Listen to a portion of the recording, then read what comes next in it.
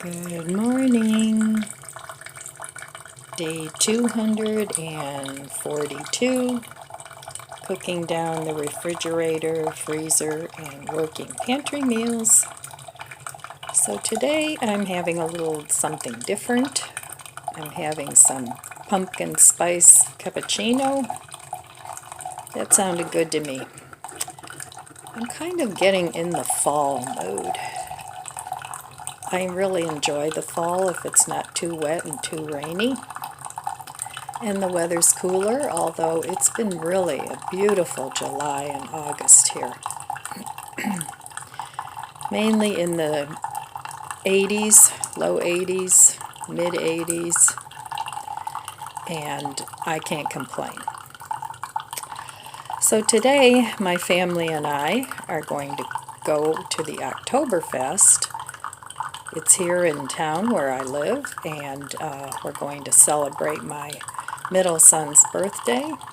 He had a birthday yesterday, and it's become a tradition in my family to go celebrate his birthday at the Oktoberfest, since we're of German heritage. So I probably won't get too much done today, and I'm probably not going to be eating dinner here, but I'm not sure. Depends on how long we stay. So anyway, I don't need any creamer with this. It's already all set. So I'm probably going to have the same thing for breakfast that I've had for a couple days now, because those things need to be eaten up. So it's probably not too exciting as far as making new things. And then today, if I don't do any cooking, then I won't have too much in the way of cooking videos today. But we'll see. We'll see what the day brings. All right, well, I'll be back in a little while, and we'll see what's for breakfast. Day 242. Okay, let's see what's in the refrigerator today for breakfast. I think I need to finish up this bread before it dries out. So I think I'm just going to have the same thing that I had yesterday with the cucumber, because that needs to be eaten. It's fresh from my garden. I still have rolls and buns back there. Still have eggs. Still have lots of cheese. I have my roast beef seitan here. I'm going to have that. And then, since I don't have any more vegan cream cheese, I'm going to have some of this, because that needs to be eaten. That expires in September, so I have time to eat it. So here I still have a lot of tofu, my grandson's leftovers, condiments, onions. I think I want to try and make some bruschetta, maybe. Lots of mustards and ketchups and dressings. My grandson's mocha. So still a lot of food in here, and I haven't bought much. I looked at the produce yesterday. That's still the same. Haven't done anything with that. And down there I still have 3 avocado smashes. So that's what's in my fridge. Back in here I have some Earth Balance sticks. I have some sunflower kernels. Just bits of this and bits of that. That needs to all be used up. This is fennel. I have some just packets of stuff that I can use. Back there I have some chia seeds. So all stuff that's still usable.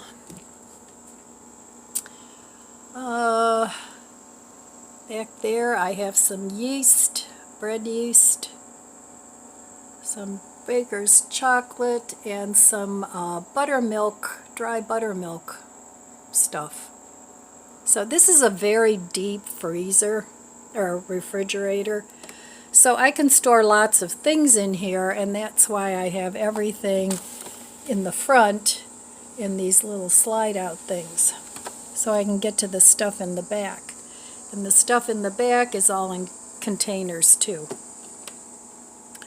So still a lot of things in the fridge. I'm trying not to do too much shopping. I do pick up random things here and there. But, so that's the refrigerator. I'll meet you at the stove. And today is my Eric's birthday. Happy birthday, honey.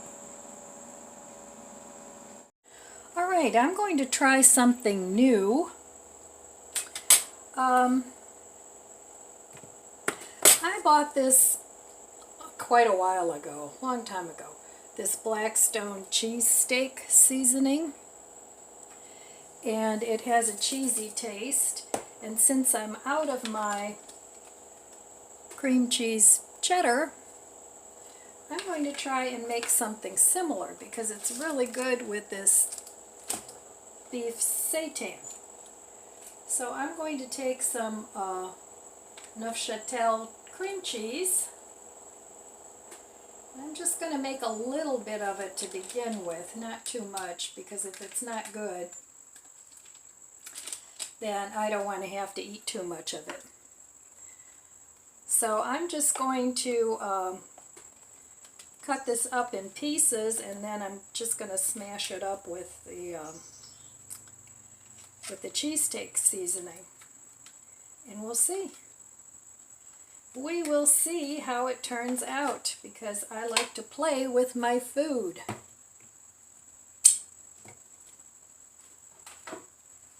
So I have a lot to do today. I have to water all my plants.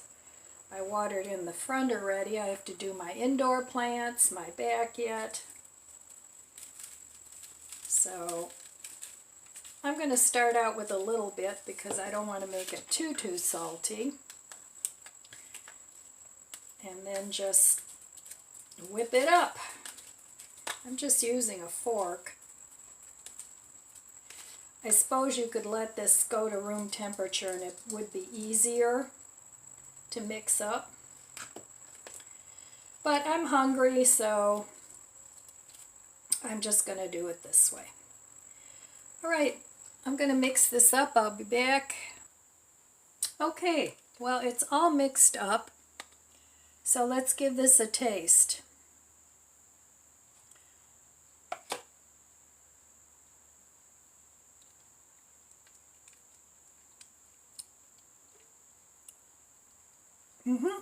It's quite tasty. I'm sure as it sits, the flavors will combine more. But yeah, that'll work. So I think rather than paying $5 for a little container like this, I can do this instead, because I want to use this up anyway. So, all right, I'm going to make a couple sandwiches here. And then I'll just use this up before I make more and just save the cream cheese. Now, I bought this before too, this Tuscan Sun. It was okay. The vegan cream cheeses are pretty good. But I don't know if you can justify the cost of them, because they're pretty expensive. Of course, a lot of them are made with nuts, and nuts are expensive. So that explains some of the cost. But I'm just going to store the rest of the cream cheese in here. Yeah, see, this is made with cashews. And this one, I'm not sure what it's made with.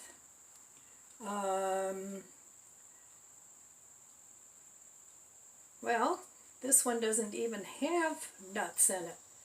Filtered water, coconut oil, potato starch, salt, cheddar flavor, glucono, delta lactone, whatever, I'm thinking that's probably some sort of lactic acid, olive extract, annatto extract, and vitamin B12. Vitamin B12 is good. All right, so let me make my sandwiches and I'll be back. Okay, so here it is, same as yesterday, except the cream cheese is different. So I think maybe that could be a cheaper alternative because I like this combination. It can be a cheaper alternative to buying the expensive vegan cheese. So I'm going to give this a taste and see if it's just as satisfying. And this is a refreshing sandwich because of the cucumber.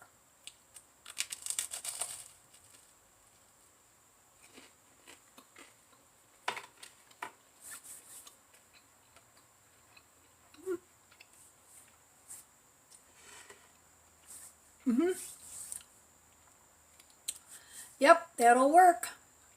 Okay, be back a little later and I'll show you how far I got on my declutter. Maybe I'll declutter some more. All right, see you in a little bit. Well, hello there. Well, I thought I'd have a little chat with you today. And what I'd like to talk about is why I prep. Now, I hope you guys are stocking up too. And not to be a fearmonger or anything like that. That's not what this is about. But these are some of the reasons why I prep, why I have food. You know, a lot of people think if they have money in the bank, they're prepared for any disaster. Not so. Because what if you have a neighbor that preps? Now, my recommendation is a year's worth of food in your house per person. But that's my standard. You know, some people are comfortable with a month, 3 months, whatever your comfort zone is. My comfort zone is a year, and I'll tell you why. Because if you think that just having money in the bank is enough, let me give you a couple scenarios why I don't agree with that. First of all, I think it's important to have money and commodities. By commodities, I mean food. And you might think, oh, my husband hunts, he fishes, whatever. But if there's going to be a disaster, think of all the other people that are going to be thinking the same thing. People that have never hunted in their life are going to be like Elmer Fudd out there. And after a while, our poor wildlife is going to be so diminished that you're not going to be able to hunt. So, and unless you're lucky enough to live by a water source, by the ocean or a big lake, even that, you know, if you live by a lake, I know here by Lake Erie, it's really hard to catch perch now because it's overfished. Now, we have regulations here on the state side about how many you can catch and all that, but Canada does not have the same quota as we have, and there are a lot of commercial fishing going on in Canada. So even if you think, oh, there's plenty of fish in the sea, if everybody's thinking there's plenty of fish in the sea, after a while, the ecosystem, whether it's animals or fish or whatever, If it's a prolonged period of time, say over a year or a year, that's going to become depleted, and it's going to be harder and harder to do that. So you might think, well, I have a big garden, it's no problem, I can feed my family on that. But if you think about it, everybody can see your garden. And guess what they're going to do if they don't have any food? They're going to help themselves to your garden. So it's good to have a garden, absolutely, but I'm talking about food that's secure in your home, that is a little harder to get to, and especially if you have protection, because I think things will get very ugly if that's the scenario. So anyway, I was going to say, let's say you've prepped, okay? You're ready for a year, no problem, you feel secure, your family's secure, and you have a rich neighbor that comes over and says, I'll give you $1 million for some of your food. And you know there's no food out there. Are you going to take that $1 million and give him your food? I wouldn't, because there's nothing I can do with that $1 million. It's not going to feed me, and I'll starve. So don't be thinking that somebody else is going to take care of you, or you have to take the bull by the horns with this and at least do some prepping, because it's getting ugly out there. And I know generations past never thought that prepping, if you want to call it prepping back then, was weird. Those generations all had stockpiles of food. Mom and Grandma canned. They had enough food for all winter. They stocked up on flour and sugar and whatever else, the basics.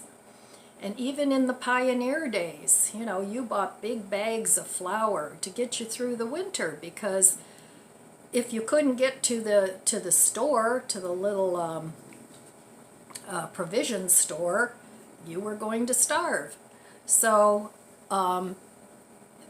it's nothing new. Having food available is nothing new.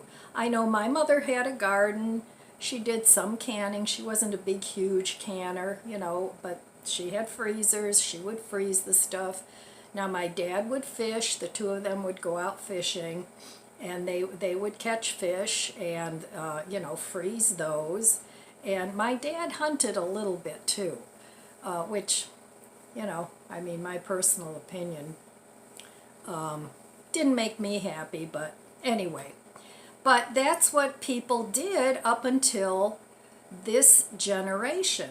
And it's so convenient to just go to the store and get what you want. We're actually kind of spoiled in that regard. And we've lost touch with the old ways that worked for hundreds of years, probably even longer. So if there's a disaster that strikes, okay, whether that's bad weather or bad health. Now, most of those disasters will pass in a shorter period of time. Like a hurricane or a tornado. Yeah, it'll devastate things for a while in your area, but it doesn't impact the whole globe. But even with these wars going on, or these strifes going on, and talk about nukes and things like that, we might think here in the States, oh, we're safe. That's happening over across the pond or wherever it's happening. But what it's doing and what's happening is it disrupts the supply line. Because think about how our stores get their provisions. It's usually with trucks that run on diesel fuel. And the higher the cost of the diesel fuel, the less the drivers make. So that falls by the wayside, and it gets harder and harder for those people to get the food to the stores. Now, from what I'm hearing, most stores, let's say your neighborhood grocery store, they have enough food for maybe 3 days. If everybody in their community came in and bought up all the food, there was a big panic going on and all the food was bought up. But if they didn't get any more deliveries, let's say there wasn't a panic, but for some reason they couldn't get any more deliveries and the supply line was down, that food would be gone very quickly. And no matter how many times you went to the store, if they aren't getting new food in, well, there you go. So anyway,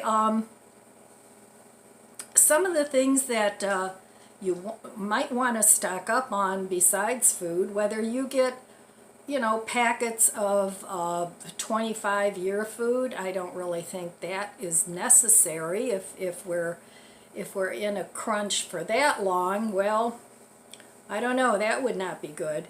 But I'm thinking that at least for a year, some of these things might take a year or two to resolve. It will pass, like everything, this too shall pass, but just be mindful and don't think, oh, that can't happen here. Even if we don't have a huge disaster on the shores of the country, the world food supply, we're all connected. Whether that's with China or Russia or Ukraine or Iran or Iraq or any of those places that like a good fight, it impacts what happens here because we're all so interconnected. A lot of our businesses are in other countries rather than here. We are not, as a nation, self-sufficient, especially in fuel and things like that. We are no longer self-sufficient. We have to go with hat in hand to some of these other countries and ask them for, some fuel. And the oil cartels, a lot of them are pretty darn selfish, and if they can get $10, $20 a barrel, they're not going to give it to us for $5 just because they like us, because they usually don't. Now this talk might be a little too political for some people, but I'm just stating my opinion, and these are the reasons why I prep. If you think I'm full of baloney, that's fine. Keep doing what you're doing. No problem with me.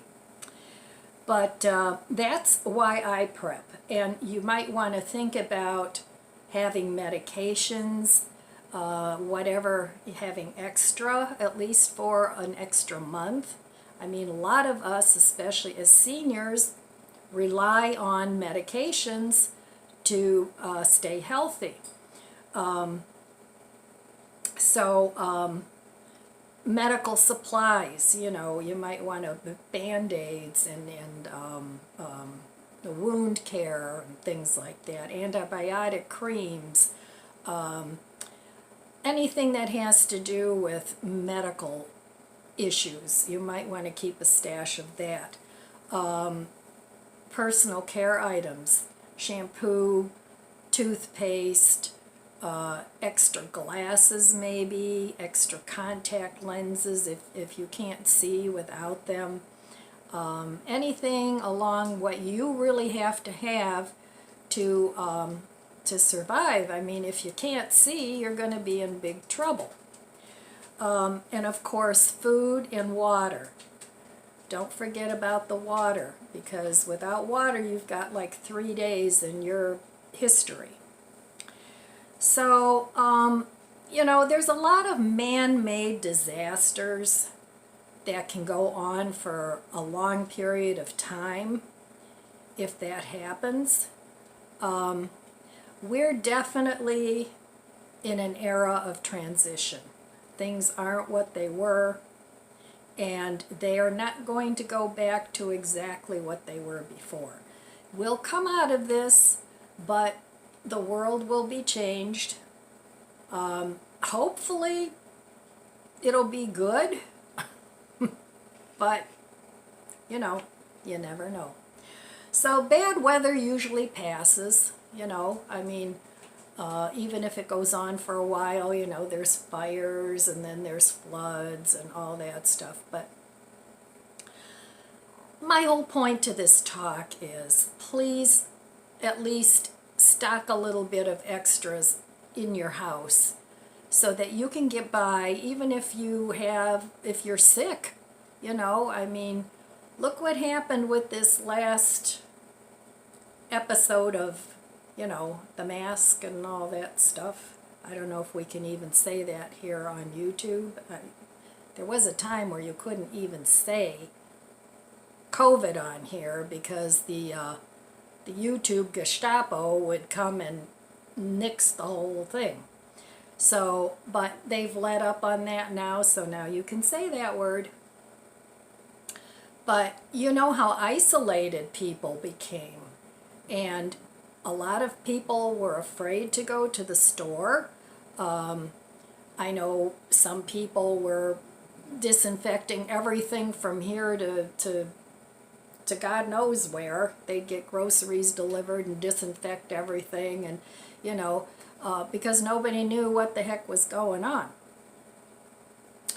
But even in situations like that, if you have a fall and you can't drive and you don't have another support group, if you have extra food in your house, that's one thing less to worry about. Okay, so those are some of the reasons why I prep.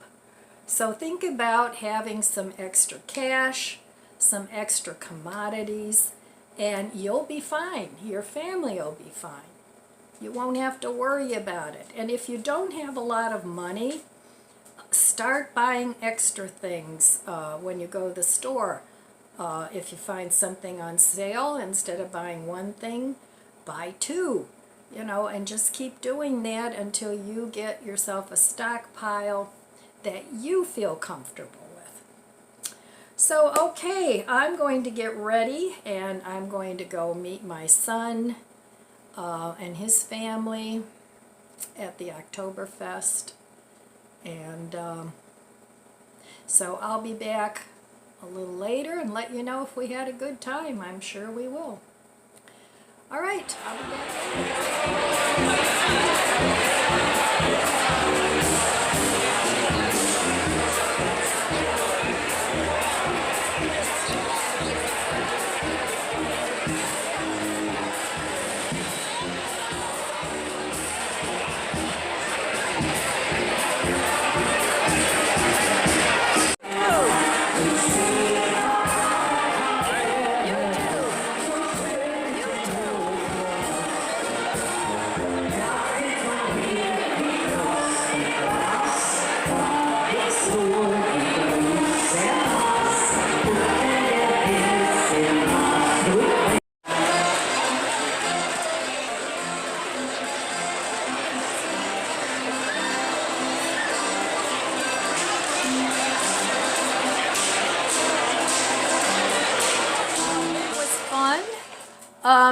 We had a good time, and we had the shoe platla and the Oompa band and all the all those beers and stuff. I don't drink beer.